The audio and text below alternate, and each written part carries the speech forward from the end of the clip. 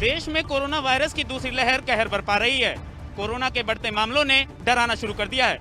बीते 24 घंटे में कोरोना के 1.5 लाख से ज्यादा केस दर्ज किए गए हैं।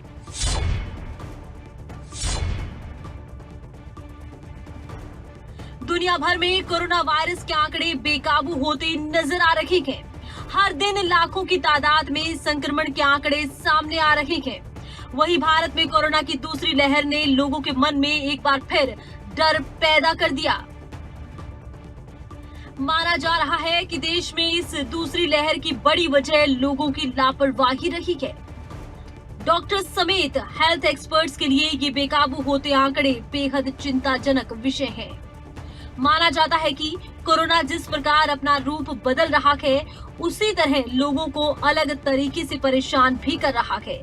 और अगर वक्त रहते लोग कोरोना के प्रति जागरूक नहीं हुए तो इसका अंजाम बहुत खतरनाक साबित होगा। इस बात का अंदाजा हर रोज बढ़ रहे कोरोना के इन आंकड़ों से लगाया जा सकता है। चलिए अब आपको एक बार देश में कोरोना के ताजा हालातों के बारे में भी बता दें कि आखिर देश में कोरोना को लेकर क्या स्थिति बन रही है। 24 घंटे में 1,68,912 नए केस सामने आए हैं और इस दौरान 904 लोगों की मौत हुई है। कुल कोरोना का आंकड़ा 1,35,00,000 के पार हो गया। अब तक 1,21,56,000 से ज्यादा मरीज रिकवर हो चुके हैं। देश में एक्टिव केसों की संख्या 12,01,000 तक पहुंच गई है। देश में लगातार बढ़ रहे कोरोना के केस संकेत दे रहे हैं कि कोरोना लोगों की लापरवाही के चलते बेकाबू हो रहा है, जिसके चलते राज्य सरकारों को लॉकडाउन का सहारा लेना पड़ रहा है। ऐसे में देश के कई राज्यों में वीकेंड लॉकडाउन तो कहीं नाइट कर्फ्यू लगाया गया, लेकिन लोगों में कोरोना का कोई डर नहीं है। अभी भी लोग कोरोना के प्रति लापरवाही बरत रहे हैं। लोगों को कोरोना को काबू में लाने के लिए सतर्कता बढ़ानी ही होगी। अगर पिछले कुछ दिनों में कोरोना के बढ़ते मामलों पर नजर डालें तो 7 अप्रैल को 1,15,736 नए केस सामने आए। 8 अप्रैल को 1,26,789 केस आए थे। 9 अप्रैल को 1,31,968 केस दर्ज किए गए। 10 अप्रैल को 1,45,384 केस आए थे। 11 अप्रैल को 1,52,879 केस आए थे। वहीं 12 अप्रैल को 1,68,912 केस दर्ज किए गए। देश में कोरोना के आंकड़े लगातार बढ़ रहे हैं। ऐसे में लोगों से उम्मीद की जा रही है कि वो अपनी जिम्मेदारी को समझें और कोरोना के प्रति लापरवाही ना बरतें। देश में कोरोना के आंकड़े लगातार बढ़ रहे हैं। ऐसे में लोगों से उम्मीद की जा रही है कि वो अपनी जिम्मेदारियों को समझें और कोरोना के प्रति सतर्कता बरतें। देश के कई राज्यों में कोरोना की मार है और कोरोना से हालत कई राज्यों में बेहद खराब है और हरियाणा भी इन राज्यों में शामिल है। देश में कोरोना के हालात बिगड़ते हुए नजर आ रहे हैं। कोरोना के लगातार बढ़ते मामले चिंता का विषय बन रहे हैं। बात करें हरियाणा की तो पिछले 24 घंटे में कोरोना के 3,340 नए मामले सामने आए हैं। अब प्रदेश में कोरोना अब तक के सारे रिकॉर्ड तोड़ चुका है। कोरोना के बढ़ते मामले संकेत हैं कि कोरोना के हालात बेकाबू होने वाले हैं। कोरोना के बढ़ते मामलों का कारण कहीं ना कहीं लोगों की लापरवाही है, क्योंकि जैसे ही देश में कोरोना वैक्सीन आई वैसे ही लोग कोरोना के प्रति लापरवाह हो गए। ना तो लोगों में कोरोना का डर नजर आया और ना ही लोग कोरोना नियमों का पालन करते नजर आए। इसका परिणाम प्रदेश में पिछले 24 घंटे में सामने आए कोरोना आंकड़े जाहिर कर रहे हैं। अगर जल्द ही कोरोना के बढ़ते मामलों पर रोक नहीं लगाई गई तो वो दिन दूर नहीं होगा जब प्रदेश में कोरोना के रिकॉर्ड तोड़ आंकड़े सामने आएंगे। तो चलिए ग्राफिक के जरिए आपको बता दें प्रदेश में कोरोना के हालात क्या कह रहे हैं। कुल संक्रमण का आंकड़ा 3,16,881 तक जा पहुंचा। हालांकि अभी तक 2,92,632 लोग रिकवर भी हुए हैं, लेकिन इसी दौरान कोरोना से 3,268 मरीजों की मौत हो चुकी है। एक्टिव केसों की बात करें तो ये आंकड़ा 20,981 का है। वहीं अगर बीते 24 घंटों की बात करें तो प्रदेश में सबसे ज्यादा मामले बीते 24 घंटे में गुरुग्राम से सामने आए 1,084 है। करनाल से 264, पंचकुला से 116, अंबाला से 183, फरीदाबाद से 445, सोनीपत से 155, यमुनानगर से 149, कुरुक्षेत्र से 194, रोहतक से 54, पानीपत से 110, सिरसा से 93, फतेहाबाद से 49, कैथल से 59, जींद से 138, हिसार से 117, झज्जर से 63, भिवानी से 49, रेवाड़ी से 6, पलवल से 10, महेंद्रगढ़ से 25, चरखी दादरी से 11 और नूंह से 6 नए कोरोना केस सामने आए हैं।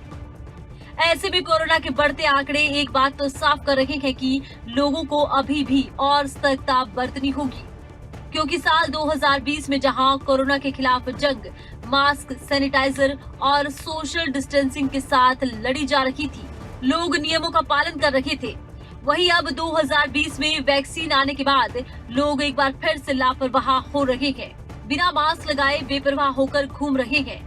ऐसे में लोगों को जरूरत है कि लोग पहले खुद मास्क लगाएं, सोशल डिस्टेंसिंग का पालन करें और दूसरे लोगों को भी समझाएं कि वैक्सीन के साथ सोशल डिस्टेंसिंग भी जरूरी है और मास्क लगाना भी बेहद जरूरी है।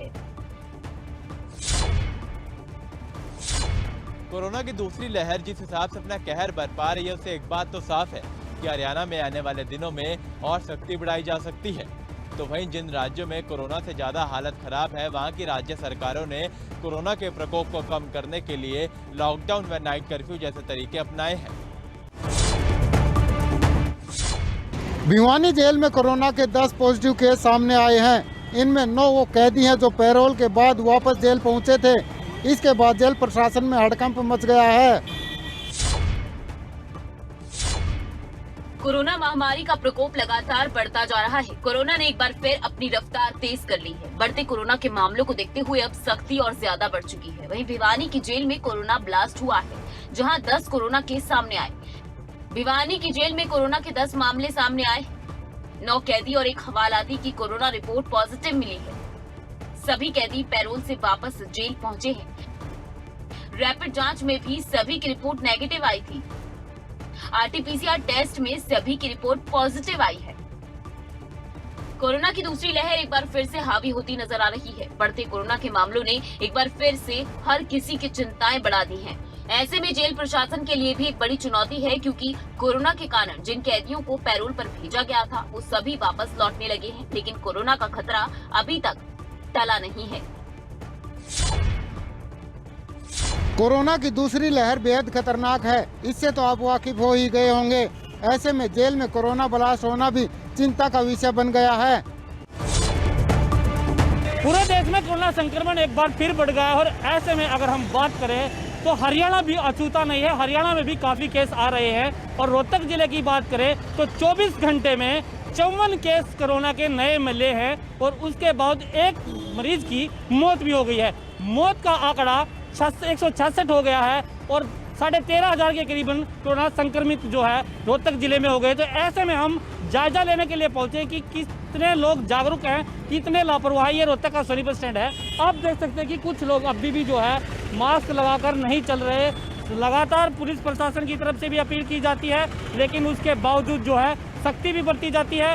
उसके बावजूद भी लोग जो है अभी भी मास्क लगाकर नहीं चल रहे हैं। आप देख सकते हैं कुछ लोग जो है मास्क लगा रहे हैं, लेकिन कुछ लोग अभी भी, आप व्हीकल चालकों को देख सकते हैं, कुछ लोग अभी भी जो है बगैर मास्क के दिखाई दे रहे हैं। हालांकि पुलिस प्रशासन पूरी तरह से अलर्ट दिखाई दे रहा है। आप देख सकते हैं कि यहाँ पर पुलिस प्रशासन पूरी तरह से अलर्ट है और लोगों के चालान काट रहा है, व्हीकलों को इम्पाउंड कर रहा है। हमारे साथ पुलिस अधिकारी हैं, उनसे बात करते हैं।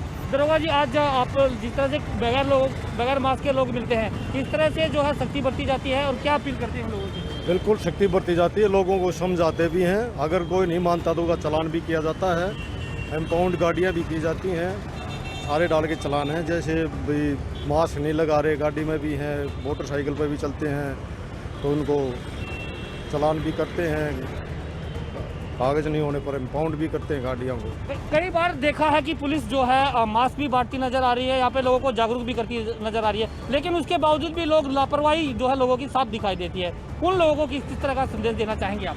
उन लोगों को भी काफ़ी बार समझाया है, उनको मास्क भी बांटे जाते हैं, चालान करते वक्त मास्क भी दिया जाता है। उनको मास्क के अलावा वैसे भी समझाए जाते हैं सारी चीज़ों को, फिर भी लोग काफ़ी हैं जो मानते नहीं हैं। बुरा हाल है इनका लोगों को। तो ऐसे लोग जो है कोरोना संक्रमण को बढ़ावा देने में जो है काफ़ी जो सारे लोग ऐसे हैं जो कि मास्क लगाकर जो नहीं चल रहे, वो लगातार संक्रमण बढ़ रहा है। ऐसे में कहीं ना कहीं पुलिस प्रशासन की तरफ से इधर आप देख सकते हैं कि प्रशासन जो है पूरी तरह से चालान काट रहा है। पहले उनको मास्क दिया जाता है, उनको समझाया जाता है कि आप लोग की ये गलती है कि आप लोग जो है आपने जो मास्क नहीं डाला, इसलिए पहले मास्क लीजिए, उसके बाद उसका चालान भी काटा जाता है। कुछ देखिए युवा है लापरवाह पूरी तरह से दिखाई दे रहे हैं, मुँह पर मास्क नहीं, लेकिन अब जिस तरह से संक्रमण बढ़ रहा है उसको देखते हुए प्रशासन पूरी तरह से अलर्ट हो गया है। और प्रशासन का यही कहना है कि अब बगैर मास्क वाले लोगों को बख्शा नहीं जाएगा, क्योंकि सख्ती बरतनी पड़ेगी। जिस तरह से देश और प्रदेश में हालात दिखाई दे रहे हैं, ऐसे में कहीं ना कहीं प्रशासन भी अब पूरी तरह से अलर्ट हो गया है। साइबर सिटी गुरुग्राम में लगातार कोरोना संक्रमित मरीजों का आंकड़ा बढ़ता जा रहा है। कोरोना के दैनिक आंकड़े में जबरदस्त बढ़ोतरी देखने को मिल रही है।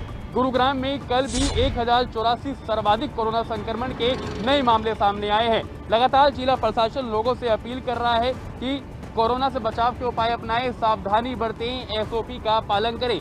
लेकिन गुरुग्राम की अगर बात करें तो यहाँ पर भीड़भाड़ वाले इलाकों में आज भी एसओपी का पालन नहीं होता हुआ नजर आ रहा है। आज भी लोग कोरोना नियमों की धज्जियां उड़ाते हुए नजर आ रहे हैं, क्योंकि कोरोना के मामले जो बढ़ रहे हैं उसको देखते हुए जिला स्वास्थ्य विभाग ने कोरोना की जांच भी बढ़ा दी है। अब गुरुग्राम में रोजाना 8000 से ज़्यादा लोगों की कोरोना जांच की जा रही है, ताकि जल्द से जल्द कॉन्टैक्ट ट्रेसिंग हो सके और जो संक्रमित मरीज हैं उनको जल्द से जल्द आइसोलेट किया जा सके और कोरोना की चेन को तोड़ा जा सके।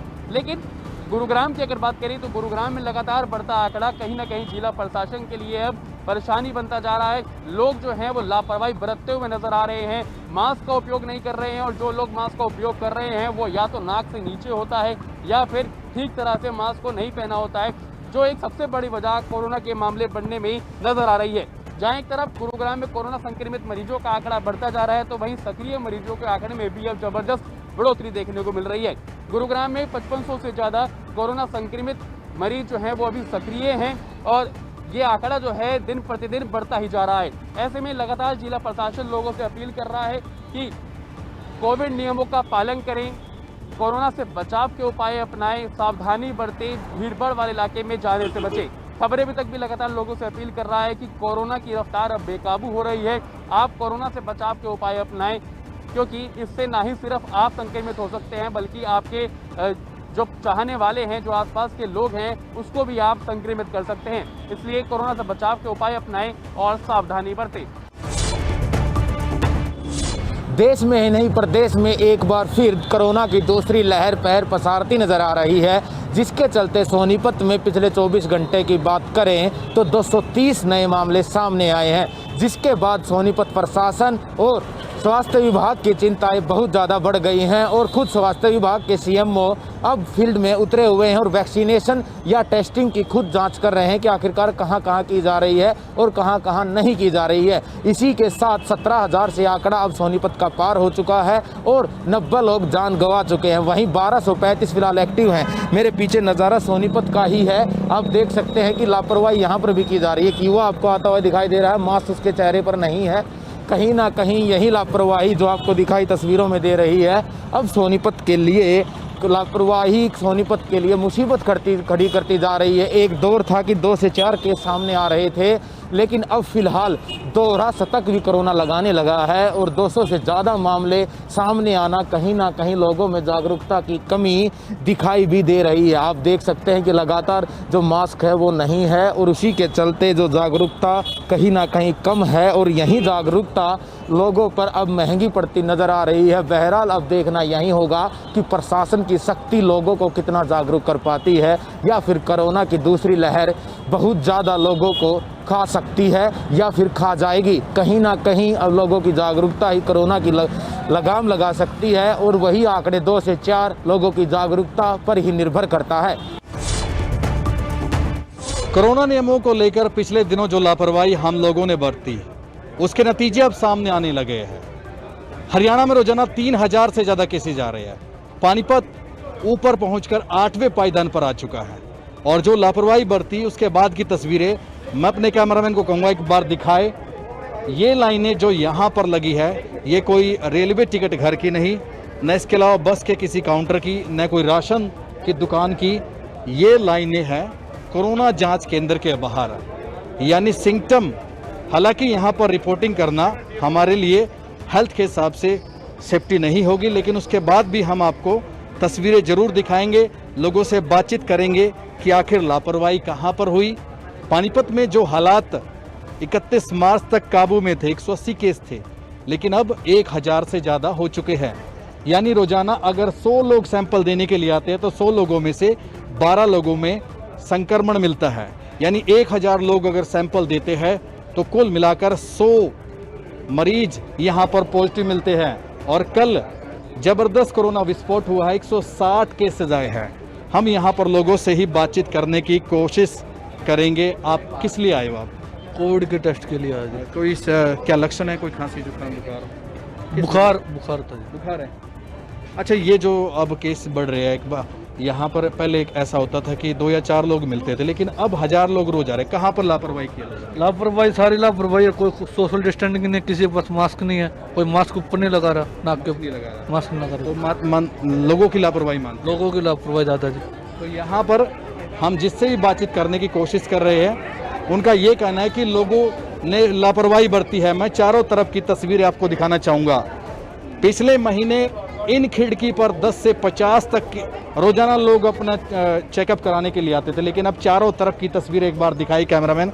मैं कहूँगा कि सेफ्टी के लिहाज से कैमरामैन को भी 2 गज की दूरी बनाए रखे, क्योंकि लक्षण भी है तमाम लोगों में। किसी को बुखार है, किसी को खांसी है, तो कोई वैसे ही अपना सर्टिफिकेट बनवाने के लिए यहाँ पर आया हुआ। आप किस लिए आए हो? कोविड-19 जांच के लिए।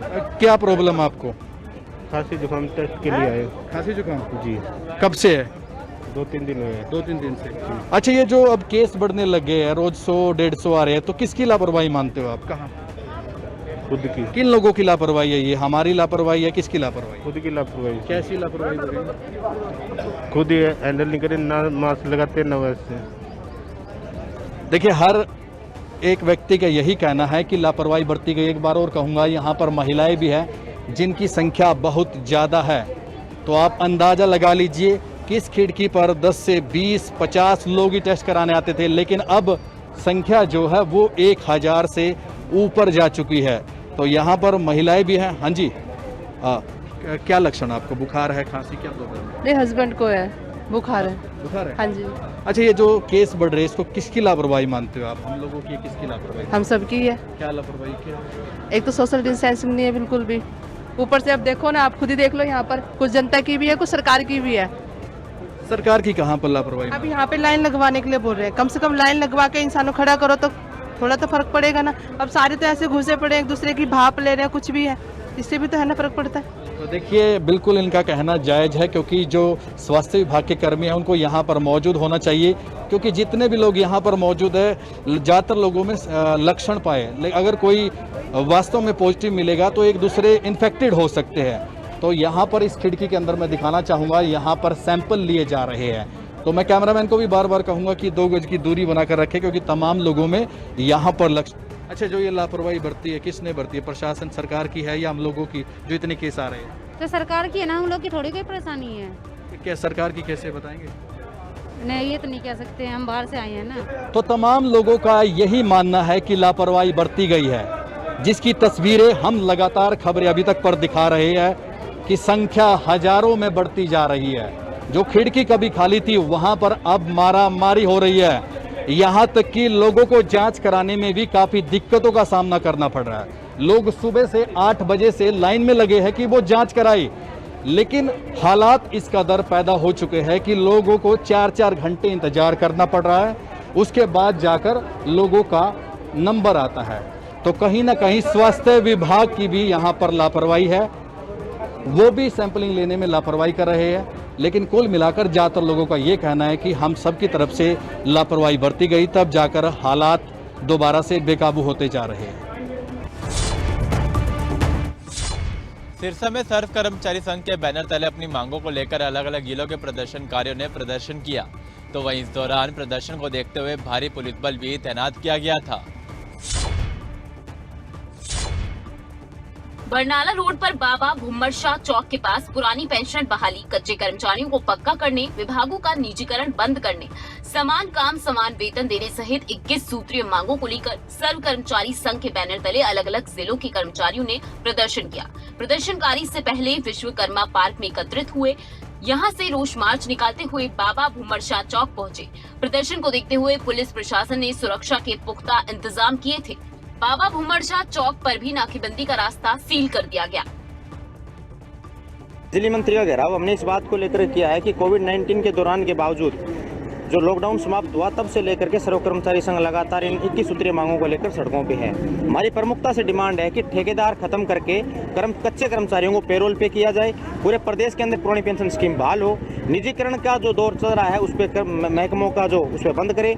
इसके अलावा जो छटनी कर रहे हैं कर्मचारियों की जो छटनी की है उनकी छटनी बंद करे, और इसके अलावा जो कर्मचारियों को कोविड के दौरान हटाया गया है उन कर्मचारियों को नौकरी के बहाल करे। और सिरसा के अंदर प्रमुखता से अनुभव के आधार पर डीसी रेट लागू करने का जो मामला है अभी तक गरमाया हुआ है। जिला प्रशासन भी सोया हुआ है और हमारी बिजली मंत्री जी से भी बातचीत हुई थी और अधिकारियों को दिशा निर्देश भी दिए थे, लेकिन बिजली मंत्री के दिशा निर्देशों की सरेआम यहाँ का जिला प्रशासन धज्जियां उड़ा रहा है। वहीं प्रदर्शनकारी कर्मचारियों ने कैबिनेट मंत्री रणजीत सिंह के आवास का घेराव करने की रणनीति बनाई थी, लेकिन पुलिस ने प्रदर्शनकारियों को बाबा भूमर शाह चौक पर ही रोक लिया। कर्मचारी चौक पर धरना लगाकर बैठ गए और सरकार और मंत्रियों के खिलाफ नारेबाजी की। इसके बाद कैबिनेट मंत्री के निजी सचिव जगजीर सिंह को मांग पत्र सौंपा गया। जगजीर सिंह ने कर्मचारियों को आश्वस्त किया कि 14 अप्रैल को उनके प्रतिनिधि मंडल की कैबिनेट मंत्री से मुलाकात करवाई जाएगी। इसके बाद प्रदर्शनकारी शांत हुए और वापस लौट गए।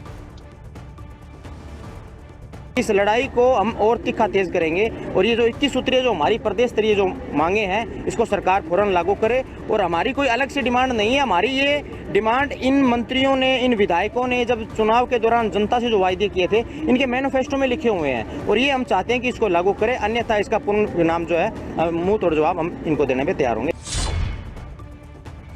कर्मचारियों ने चेतावनी दी है कि अगर उनके खिलाफ कोई भी वादा खिलाफी की गई तो वो बर्दाश्त नहीं की जाएगी और वो आंदोलन को और तेज कर देंगे। गोहाना में खेतों में खड़ी गेहूं की फसल में भीषण आग लग गई। आग लगने से गेहूं की 30 एकड़ फसल जलकर राख हो गई।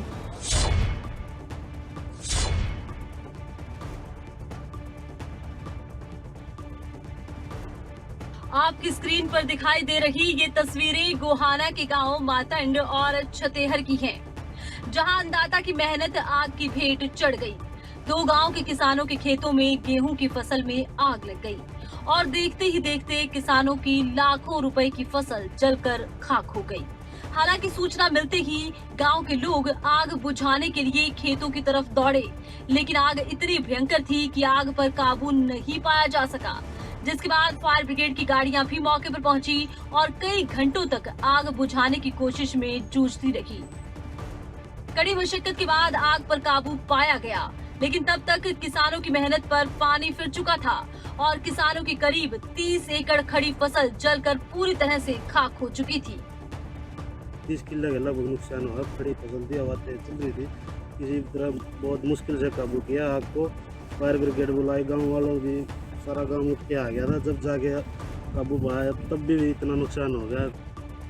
किसान अब सरकार से अपने खेतों की जली हुई फसल की गिरदावरी करवाकर मुआवजे की मांग कर रहे हैं। वहीं मौके पर खेतों का जायजा लेने कांग्रेस पार्टी के विधायक इंद्राज नरवाल पहुंचे और सरकार से किसानों को मुआवजा देने की मांग की गई। मेरा तो ये कहना है सरकार से मांग करूँगा, जो किसानों को जो नुकसान हुआ है, एक आप देखो फसल तैयार है और इसमें आग लगी, तो इनका जो मुआवजा हो कम से कम भी 50,000 रुपये पर एकड़ इनको मुआवजा देने का काम करे। हर साल देखा जाता है कि फसल में आग लगने की वजह से किसानों को भारी नुकसान झेलना पड़ता है। वहीं इस साल भी कई जगह से ऐसी खबरें सामने आ चुकी हैं जब फसल आग की भेंट चढ़ गई। ऐसे भी जरूरत है कि एहतियात बरती जाए, क्योंकि खेतों में खड़ी फसल के लिए एक चिंगारी पेट्रोल का काम करती है। हालांकि किसान अब मुआवजे की मांग कर रहे हैं, लेकिन किसानों की मेहनत की भरपाई हो पाना मुश्किल ही है, क्योंकि कोई भी मुआवजा किसानों की मेहनत की भरपाई नहीं कर सकता। हालांकि इस गेहूं की फसल जलने के बाद किसानों ने मुआवजे की मांग की है और प्रति एकड़ 50,000 रुपये मुआवजा देने के लिए किसानों ने बात कही है, लेकिन आखिरकार इस मुआवजे से क्या किसानों की भरपाई हो पाएगी? करनाल में एक युवक ने कुछ दिन पहले नहर में छलांग लगाकर सुसाइड कर लिया था, जिसका शव मूनक हेड से बरामद कर लिया गया है।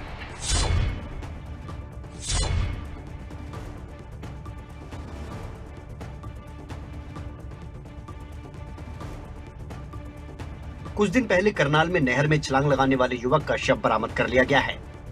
17 साल का रोहित मानसिक तौर पर परेशान था। दरअसल रोहित ने कुछ दिन पहले इस बात से खफा होकर नहर में छलांग लगाई थी कि उसके माता पिता उसे गेम खेलने को लेकर डांटते रहते थे। रोहित ने छलांग लगाने से पहले एक व्हाट्सएप पर स्टेटस भी डाला जिसमें वो मरने की बात कर रहा था और उसके 24 घंटे बाद ही रोहित ने नहर में छलांग लगा दी। अब रोहित का शव 5 दिन बाद मूनक हेड से बरामद किया गया है। रोहित के परिवार में मातम पसरा हुआ है। पुलिस ने शव को कब्जे में लेकर पोस्टमार्टम के लिए भेजा। उसके पिताजी ने मोबाइल चलाने को उसको थोड़ा डांट दिया था, तो वो इस बात को लेकर थोड़ा उदास होकर नहर की तरफ चला गया। वहाँ उसने अपने कपड़े उतार के नहर में छलांग लगा दी। तो 5 दिन से हम उसकी बॉडी को तलाश कर रहे थे। कल तो मैं दिल्ली तक भी जाकर उसकी बॉडी को ढूंढने के लिए, तो हमारे एक समाज सेवी है प्रगट सिंह की टीम ने आज मूनक हेड से उसकी बॉडी को निकलवा दिया है। अब उसकी पोस्टमार्टम की कार्रवाई करवाई जाएगी। क्या नाम और एक छोटी सी बात को लेकर रोहित ने यह आत्मघाती कदम उठाया था। नहर में छलांग लगाने से पहले उसने ये भी नहीं सोचा कि उसके ऊपर उसके परिवार की जिम्मेदारी है और आने वाले समय में उसे अपने माता पिता का सहारा बनना है। ये घटना साफ दर्शाती है कि किस तरह से आज के युवा में सहन शक्ति कम होती जा रही है और साथ ही सोचने समझने की ताकत भी। रोहित की मौत बताती है कि आज के युवाओं में सहन शक्ति की कितनी कमी है। जरूरत है समझने की ताकि ऐसे कदम ना उठाए जाएं। अगर आपको हमारा ये वीडियो पसंद आया हो तो पेज को लाइक और शेयर करें और इसी तरह की हर वीडियो सबसे पहले पाने के लिए चैनल को सब्सक्राइब करें।